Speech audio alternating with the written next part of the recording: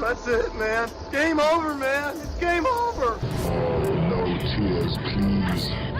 It's a waste of good suffering. Fairly learned here.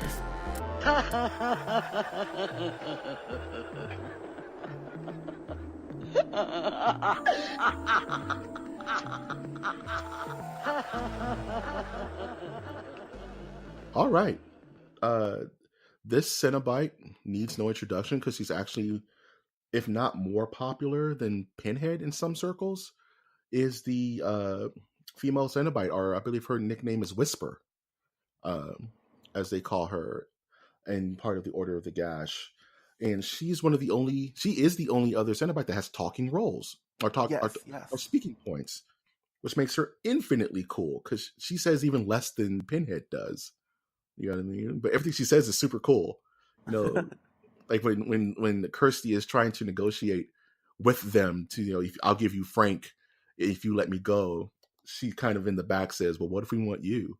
That part, right, exactly. That part always made me like gulp a little bit, like that's like, so scary. Better run. Yeah, it's time to run. Apparently, you could just punch these things, so just punch the Chatterer in his little non-mouth and just get out of there. But I just noticed that for the female Cenobite, she actually has a little bit of hair. Yeah, I was just looking at that too, which I don't think was clear to see in some of the films. Not at all. Like, I'm just looking at now like a cleaned up HD version of her image, and yeah, she has little strands of hair coming out of her head. That's super fascinating to me because none of the other Cenobites they don't have eyebrows, they don't have facial hair. It's almost, you know what I mean? She's the only one. I mean, I think it gives her some sort of beauty, I would say. Yeah, she is the princess. Well, there's a princess later on in the series that we won't talk about because it's in Bloodline. But she is one of the first female, I would say, horror, outside of like the Bride of Frankenstein. You know what I mean? Female monsters, in like the Attack of the 50-Foot Woman. But like in modern horror, it's very rare that you'll see the female form. Well, it used to be in a grotesque form. Right. And even in her look, it's very subtle versus, let's say, a Chatterer or a Butterball, because she doesn't have much going in regards to gore outside of her titular open throat. You know what I mean? Mm-hmm. Which, the scarification, you know what I mean? Which they say that was inspired by the biting piercings that Clive saw in National Geographic articles. Oh, really? That's so interesting. Yeah. Yeah, he saw some of the, I think he was looking at a lot of the like tribal, rituals and a lot of the Aztecian rituals. And he was like, that's super cool. I'm going to incorporate that into my female Cenobite because she had to stand out. You know what I mean? I think, and it was really important to really lock her look in. Interesting. And so she has this more, compared to the others, she has a bit more of a bluish skin tone. Yes. And, well, I mean, like from a makeup artist perspective, like it's pretty simple contouring, I would say, but it still gives her like this look that her face is sunk in, specifically near her temples and her eye sockets. Yes. And it's honestly like it does deform her in a sense.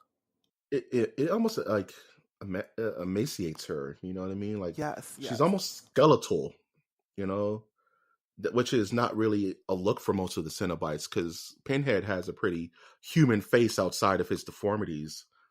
You know what I mean? And the other two are just monsters, like Chatterer and Butterball. But she looks more like zombie-ish, like old school Romero zombies that used to be blue. Yeah, like in Day of the Dead kind of look. Yes, I totally agree with that. Yeah, it's almost like she was the most human out of all of them because she was actually undergoing a form of human decomposition versus everybody else who had this horrible, manipulation of flesh.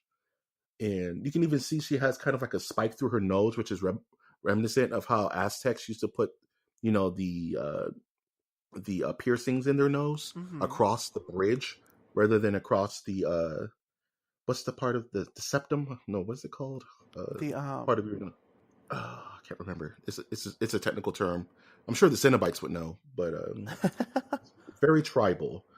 And of course, the kind of crown on her throat, you know what I mean? The wire crown that goes through her cheeks and, down to her clavicle. Well, no, not her clavicle. I would say down to the bottom of her throat where her thyroid would be.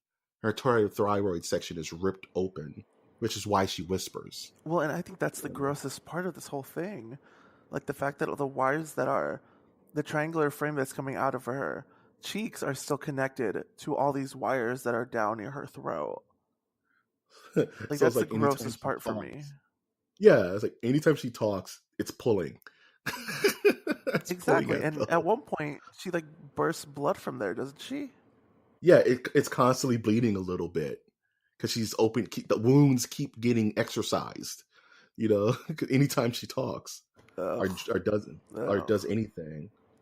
Oh, well, such then a also cool like look. I don't remember. Maybe you remember this. Is the wire that goes into her cheeks, is it connected in her mouth, or are they two separate wire pieces? When she opens her mouth and talks, there's no clear indication that the wire is going over her tongue. Okay. So I'm guessing that it's just really it's within the flesh, like it kind of locks behind her cheek. Okay. I don't think it goes in her mouth because I remember a couple of scenes. Oh, how awkward! That's like braces times 1,000.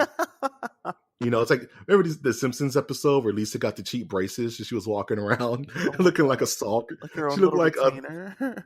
Yeah, she looked like she had the reverse bear trap from Saw.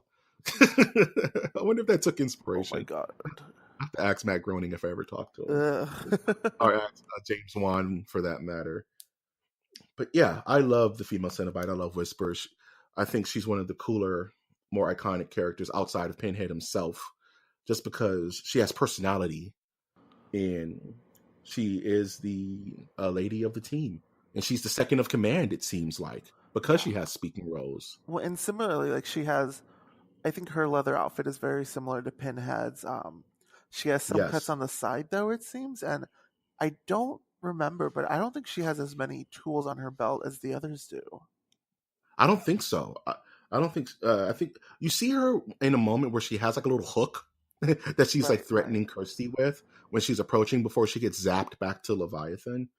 But for her look, she has little openings for her midriff, and she has more of her suit is like wetter than the other guys for some reason. Or I don't know if it's some kind of like reflective leather, but her suit always looks a little bit more what's the word I'm looking for? It looks a little bit more just reflective, or just like a little shimmer added to it. Yeah, like a little shimmer added to it, like almost like it's almost like a Disney princess dress, but the darkest way possible. Well, and what I'm realizing as I look at more photos, the two hooks that she has on her side are attached into her skin. They're not even on a belt. That sucks. Can you imagine? Oh, you like to play video games? We're just going to sew this PlayStation controller into your hands.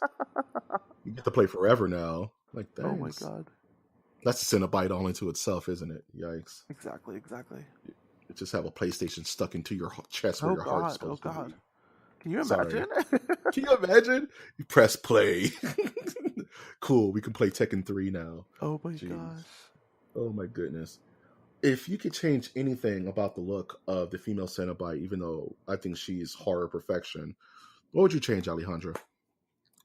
Let me see. I feel like her gash is too small. Yeah. Like I feel like to really get that blood. Well, no, let me backtrack because I think out of all of them, she's the less grotesque one that you see right away. Mm-hmm. But I would add maybe some blood fixtures on her face where the needle comes out of it. Because I think right now it looks just, I mean, it's kind of obvious from the makeup standpoint that it's just like fake skin put in there. But I mean, that would bleed, wouldn't it? Or get infected or something. Like add something to her face to not make her as beautiful as she is. Yeah, that's what I'm thinking. Like, because she is the most together of everyone, I would say. Like, she is the princess. And I mentioned, like, even that little neck part, I see it kind of as this weird kind of Catholic crown. You know how some pictures of Mary has the sun constantly behind her head? You know what I mean? Yeah. I think it's kind of like that, but on her neck. So what I would do, So I would maybe open up her cheeks to show maybe some teeth and meat to kind of just unpretty her up a little bit. If those connections are going to be in her cheek, kind of maybe give her maybe even a Cheshire smile or something like that. Or maybe Interesting. just, Like with the or just, wires or in yeah, like with the blood? wires, like, just like, trace your finger across your cheek and just keep going to maybe to Yeah. the midpoint of her face and have the Yeah. wiring be a bit more prominent there. So when she talks, it's almost like a skeleton, almost kind of like the flesh isn't really connected by meat. It's connected by the wire. I don't know. I would give her facial makeup a little something else going on with it, because she looks a little too normal.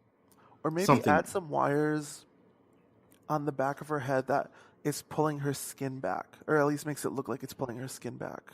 yeah, or even because she's one of the only ones who has human eyes. Now that I think about it, Right, right.